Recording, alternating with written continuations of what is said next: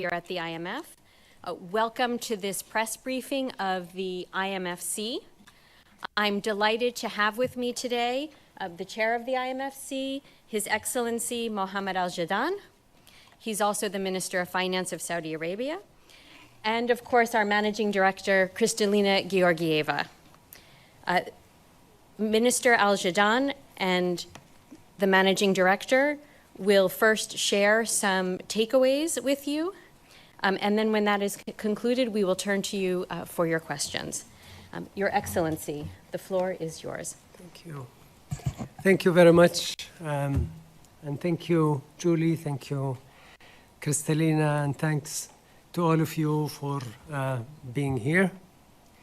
At the outset, let me highlight an important development that took place the first time in these meetings, which is the IMFC welcoming its 25th member, the third chair of the Africa. Obviously, this is an important milestone that strengthens the voice and representation of the African continent in a global economic dialogue. And I would like really to thank all members who made this possible. On the IMF agenda, going forward, the fund must continue to focus on its core mandate, including supporting international monetary cooperation, encouraging the expansion of trade and economic growth, and discouraging policies that would harm prosperity. In recent days, the IMFC members welcomed steps to further strengthen the effectiveness of the IMF's three core functions: its surveillance of global economic trends, its lending, where we welcome the review program design conditionality, and its capacity development assistance, which helps ensure growth in so many member countries and within countries. Addressing global debt vulnerabilities remains a priority for our members, especially for low-income and vulnerable countries. They welcomed the progress made in debt treatments under the G20 Common Framework. They also expressed their commitment to addressing global debt vulnerabilities in an effective, comprehensive, and systematic manner. And members encouraged the IMF and the World Bank to help advance the implementation of the three-pillar approach to address debt service pressures. We appreciate the tremendous efforts of the members in shaping the medium-term direction of the IMF and contributing to the Dir'iyya Declaration. The Dir'iyya Declaration presents a forward-looking approach to strengthening the IMFC process and advancing governance reforms, and has received the full support from the members. Just to clarify, when I say Dir'iyya Declaration, this is the declaration that was prepared by the deputies in their meetings in Saudi Arabia earlier this month in preparation for this meeting. Here we aim to ensure that the fund remains well-equipped to meet future challenges in line with its core mandate. And before I hand over to Kristalina, I have to comment on the topic of the day, which I think a lot of people are talking about, trade tension. Many members have told me how trade situation has created significant uncertainty. Indeed, the buzzword was uncertainty all over this week. And indeed, it also carries with it market volatility, presenting real risks to the global growth and financial stability. But, as Kristalina said recently, these trade conflicts have been like a forgotten pot boiling on a stove. Well, now that pot is boiling over. In other words, we should not be surprised that there are trade tensions. And this situation is an opportunity for us all to have constructive conversations about how we will move forward together. This is a challenging time, but I have always been optimist and absolutely make no apologies for that. And I will explain why. History tells us that the bigger the challenge, the more it requires us to come together, to convene, and to have an honest conversation. That's exactly what happened this week. And that's exactly the power of the IMF to actually be able to convene everybody around the same table in closed rooms and discuss issues in a constructive way. And I have told colleagues, I arrived in Washington a week ago with a lot of noise in my ears from reading the news and following social media. And I've told them, everyone that I met in the early days, please keep your thoughts cool. And we will see where we are going to end. And actually, today we are ending in a lot better position than when we started the week. People understand the consequences and are working together in a constructive manner to resolve tensions. I'm also confident that because of the IMF is really watching us very closely, following the global situation, and is already providing advice to its members in real time, offering an assessment of the potential impacts and the best way to proceed. This week have seen an incredible assurance confirming the position of the IMF and its convening power, and in contributing to a positive development, including in relation to Syria. Gathering together to talk about Syria and building on our meetings in Al-Ula has given us a new sense of urgency and purpose to turn a conflict-affected state, which is Syria, into a stable and economically successful one, benefiting the region and the world. It is not just about the money. It's about the work that the IMF and other partners can deliver on capacity development, quality data, and timely advice. Again, I would like to thank Kristalina and the IMF staff, and I can tell you it was an incredible, unanimous position today to thank the IMF for their incredible brain cells power, which was able really to produce a very comprehensive report about what's happening in the world in a very short period of time, and it was fantastic. So thank you, Kristalina. Thanks to all the IMF staff, and thank you again for being here. The floor is yours. Thank you very much, Minister Al-Judan, for your kind words now, but above all, for your exemplary leadership of the IMFC. I want to tell everybody here that the way you chaired the meetings brought the members together to speak openly, frankly, and as a result to find a path to common understanding that is so necessary in the current environment, because as we all know, our meetings take place against a challenging backdrop. You have seen our World Economic Outlook. It shows that the global economy is facing a significant slowdown, and also that risks are on the downside. Understandably, ministers and governors are concerned, but at the same time, they have also exhibited a remarkably constructive spirit in these meetings, coming together, showing willingness, to take on the challenges facing the global economy. Minister Al-Jadaan laid out the substance and achievements of our discussions. Let me add just 3 points. First, ministers and governors agreed on the importance of reducing uncertainty and working together to clarify policies.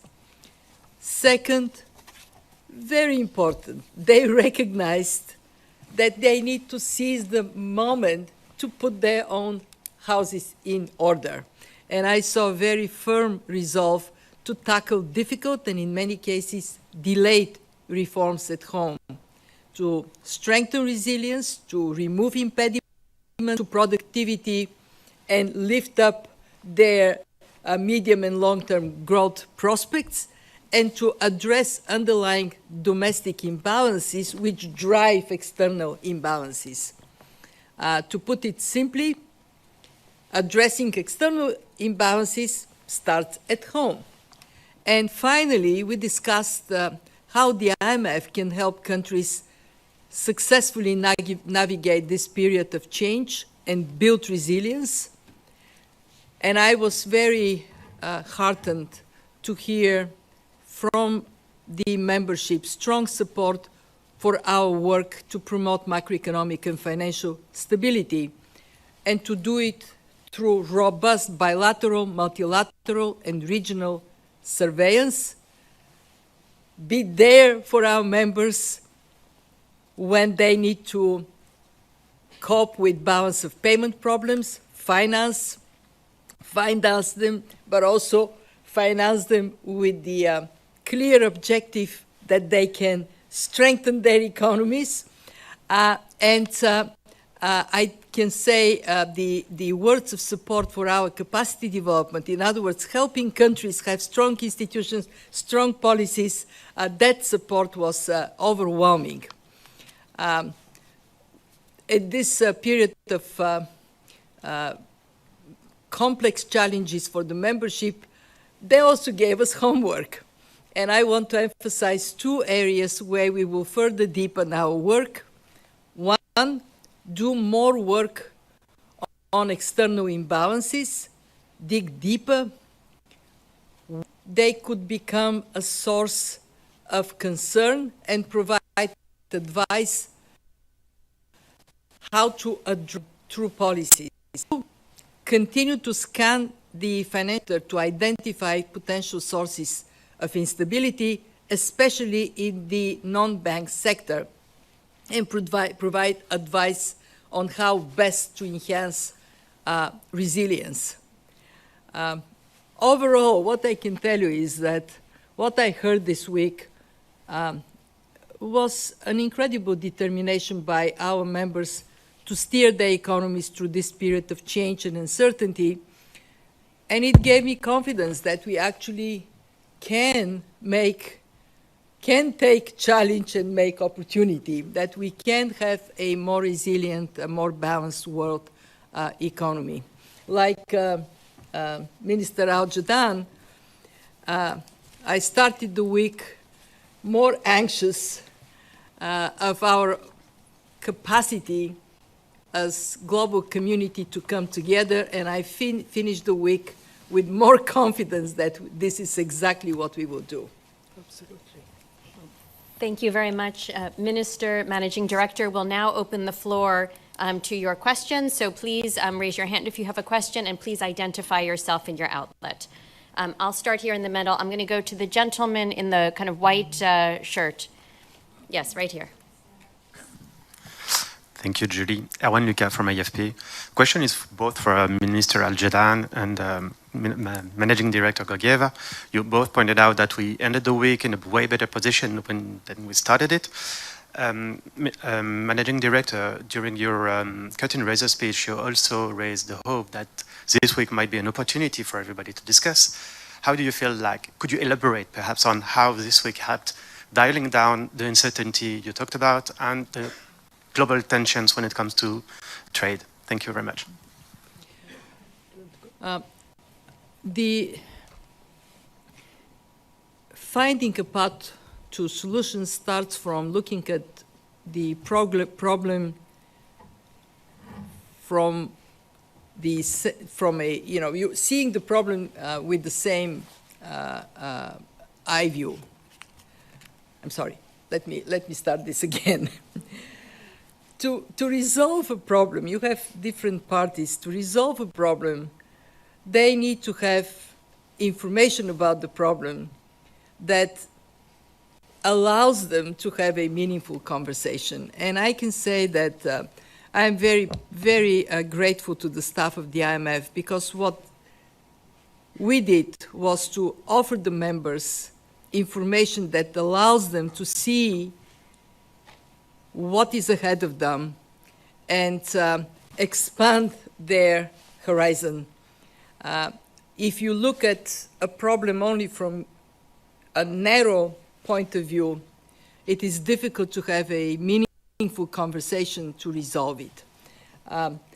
Secondly, what I saw was a genuine openness to present views in a candid way and to listen to each other.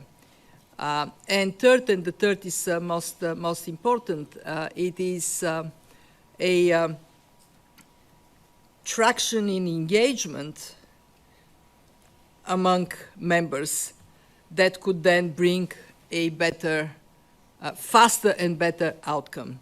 I don't want to sugarcoat. We still have quite a challenging time. It is challenging not just because of the tariffs and the uncertainty. It is also challenging that there are other transformational forces in play. Because of the overwhelming attention to tariffs, we stopped talking about other things like artificial intelligence, demographic transition, and I think that sense that we can have an engagement in a comprehensive way on a complex set of challenges that came during the meetings quite strongly. Does it mean that everybody agrees with everybody else? No. But do we have an open conversation, engaged conversation, with a fair space for everybody to present their views? Yes. Well, thank you. And if I may, Julie, I think just to complement the Managing Director's views, I think overall, what do you need to resolve, conflicts like this or tensions like this? You need to make sure that you understand the parties' positions. Mm-hmm. Where are they coming from? Why they are taking these positions? And what are they seeking to achieve? And second, make sure that they actually talk. Yes.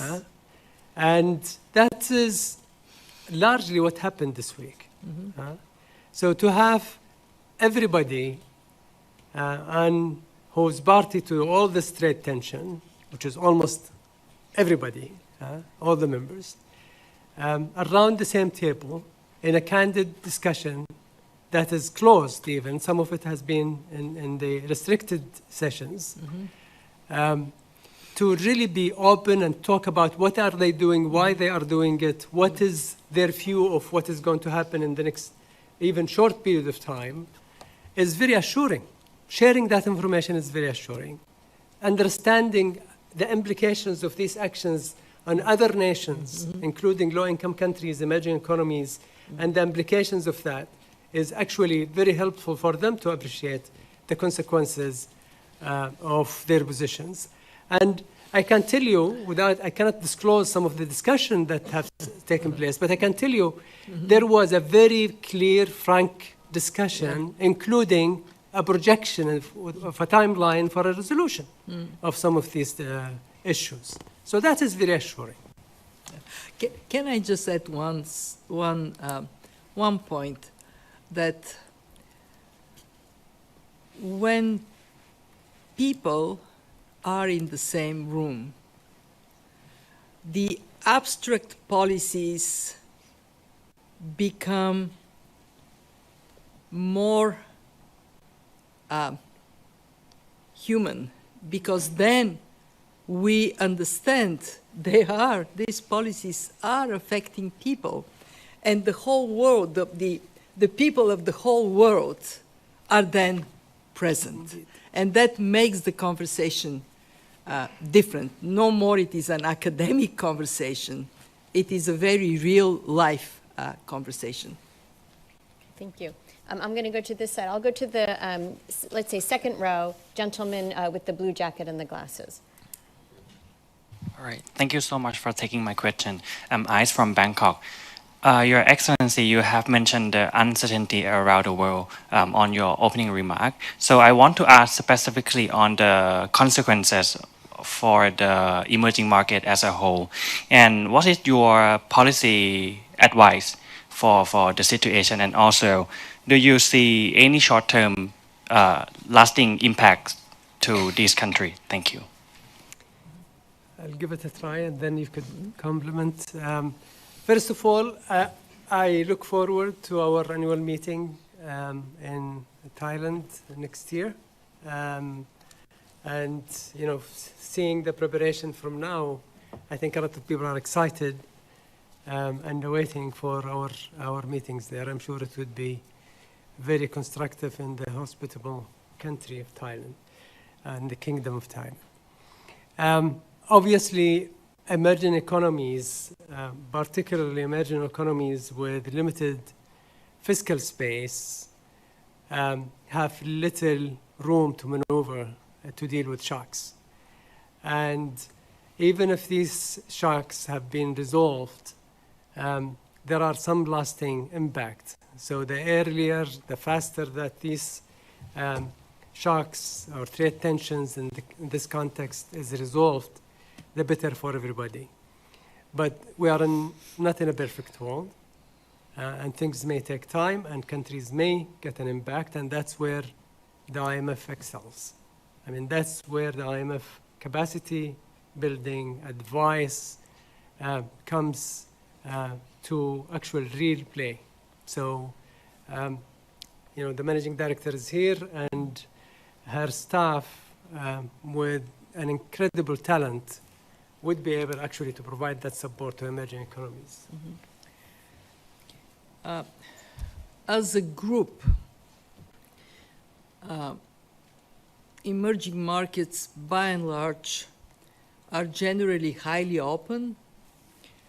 They rely on, many of them rely on export as an engine for growth. They are quite active in international bond markets. So because they're highly exposed, the impact on emerging markets is quite significant. Some of the emerging markets, especially those that were in a tougher position after the multiple shocks, also face very limited and some of them non-existing policy space to act.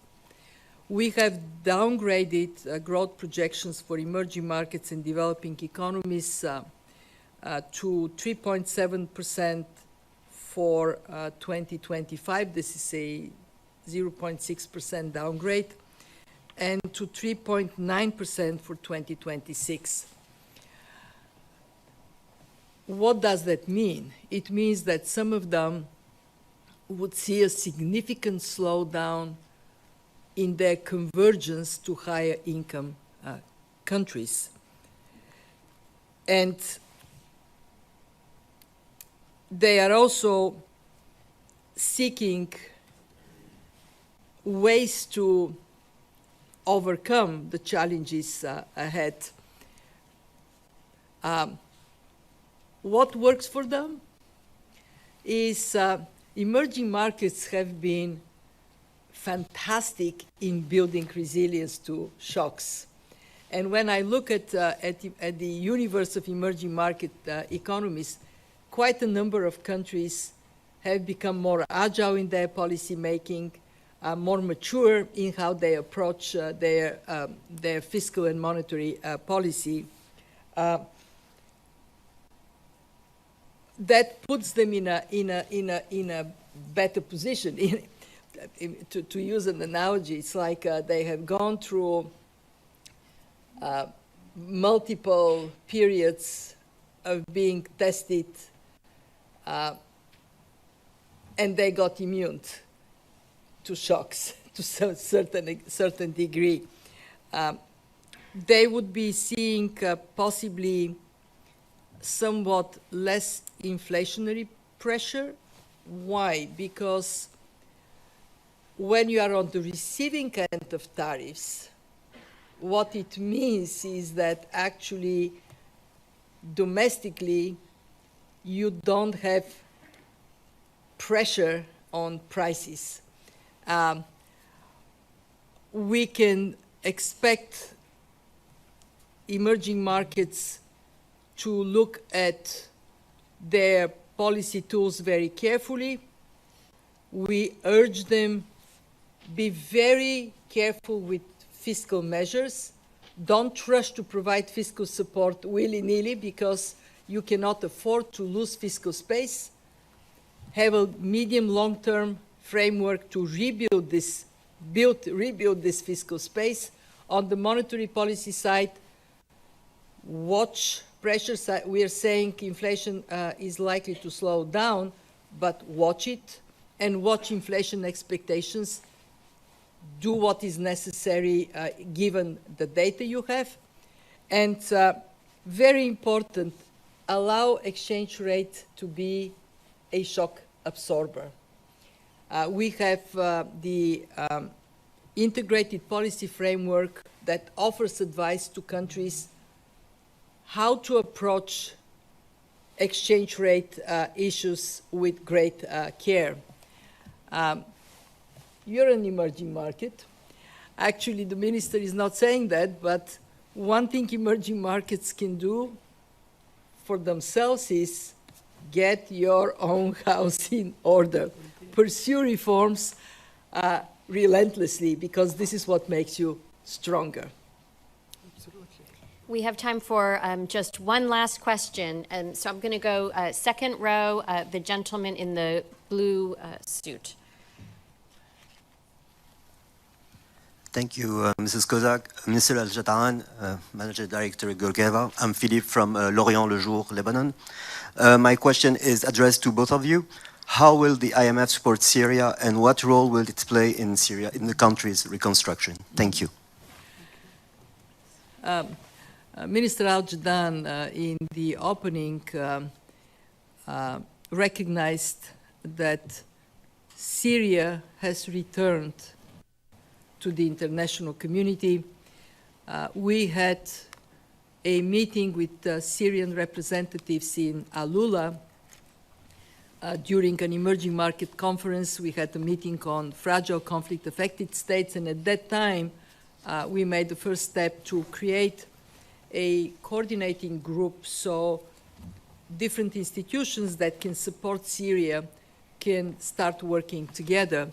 We held a meeting here in Washington during the spring meetings. It was co-chaired by Minister Al-Jatan, President Banga, and myself, with the finance minister and the central bank governor of Syria. In this meeting, we discussed how we can start rebuilding institutions and policy capacity in Syria, and how different institutions can play on their comparative advantage to help. For the funds specifically, what it means is, of course, step cautiously, but engage to first define data, what is available, how we can rebuild credible data capability. Second, central bank capacity. How can we rebuild the functioning of Syria's central bank. Third, tax policy and how can the country rebuild capacity to create revenues for its functions. We have appointed a mission chief for Syria. We have not had Article 4 with Syria for a long, long time. And we hope that we can contribute in putting the foundation of knowledge, economic policy knowledge in Syria to get the country back on track. I mean, just imagine, they have been in a war, civil war for 14 years. Big part of the population is not in Syria. They're in Lebanon, they're in Iraq, they're in Jordan. The fabric of the Syrian society is deeply wounded. It is going to take a lot of work by the Syrians themselves to rebuild it. And this is when international organizations can play a constructive role. Lebanon, you're not asking about Lebanon. I had echoes that the meetings went quite well by the end, especially since the Lebanese parliament voted an amendment to the banking secrecy that is more in line with the international standards. So what are you... So you're not asking because you know. That's very good. Very Minister, would you like to have the last word? Few things. I think, first of all, I really thank the IMF and the World Bank in stepping up their support to Syria and other states who are emerging from fragility. Syria in particular is a case where we have an opportunity. We have a government that is willing, and we have regional partners who are also providing support and willing really to provide whatever it takes to make sure that we bring back Syria, support its people, and make sure that we also move cautiously through that process, recognizing that obviously there are sanctions that we need to deal with and other impediments. But for even with that, I think standing with them, providing capacity support and advice, and in some regional and bilateral even financial support is very crucial. I mean, the Syrian people deserve that support, and that does not stop on Syria. I mean, we're talking about Syria as an example, but we have Yemen, we have Palestine, we have Sudan, we have other countries that really need the support, including Lebanon. And they need to know that the international community, if they put their act together, the international community will stand by them. So we'll continue that. Africa. Well, We are almost 5 minutes over time. So The third okay, seat ask your deserves- question shortly, and we will try we'll to have a very answer brief answer. shortly. Yes, it's my fault. I'm Thank the one you. that is professorial Yeah. here. My question is to the MD concerning the global uncertainty and trade tensions shaping sub-Saharan Africa's debt, risk, servicing cost, as well as our fiscal future, and its coordination with creditors such as you. So how is Africa also in all of these conversations? Thank you. As Minister Al-Jadaan said, Africa was more present this time because we now have 3 sub-Saharan Africa representatives in the IMFC. But beyond that, very much on our minds, quite a number of the governors of the fund spoke about the importance to pay attention to countries that are particularly severely affected by this turbulence because they have high level of debt and that suppresses their ability to cope. By the way, countries with high level of debt are not just in sub-Saharan Africa. We have them all over the world. What has been done during these meetings is threefold. First, very strong emphasis on the three-pillar approach of the IMF and the World Bank for countries that experience liquidity constraints. They're not yet facing debt sustainability problems, but they are on the way to there. And for these countries to concentrate support for domestic resource mobilization, concentrate attention to how to mobilize more international financing, and very important, concentrate on how private sector can play a bigger role in the economy. Second, for countries where debt is not sustainable, how to make debt restructuring faster and more effective. We have issued this week a playbook for debt restructuring that was the outcome of the Global Sovereign Debt Roundtable. And what it shows are the steps that need to be taken. As you recall, under the common framework, there was some confusion around how exactly to go about it, what is the timeline, what is the exact sequencing of steps. This is now being clarified. If we follow the playbook, we play by the book, we get debt restructuring in less than 12 months. And the third thing, very important for the fund, is that our members have put in place a way to expand our capacity to finance low-income countries through the Poverty Reduction and Growth Trust, so the fund can step up financing for countries so they don't need to, they don't need to go through a super painful adjustment because of this burden of debt. We can ease their path. But again, we want to see countries acting decisively on reforms so you don't borrow your way out of debt. You grow your way out of debt. So when countries have that growth potential enhanced, then they can also reduce that vulnerability. It wasn't very short. My apologies. Minister, would you like to add? No, I'm fine. I think the managing director did a great job in answering. So. Yeah, look, you have to forgive me. For 14 years, I was a professor, so it kicks in. We enjoy it. Thank you very much, everybody. And this does bring us to an end, so thank you for joining us. And let me just add that the full transcript of the press briefing will be available online on the IMF website. And of course, should you have further questions, please don't hesitate to reach out to my colleagues at imfmedia.org. Thank you. Thank you.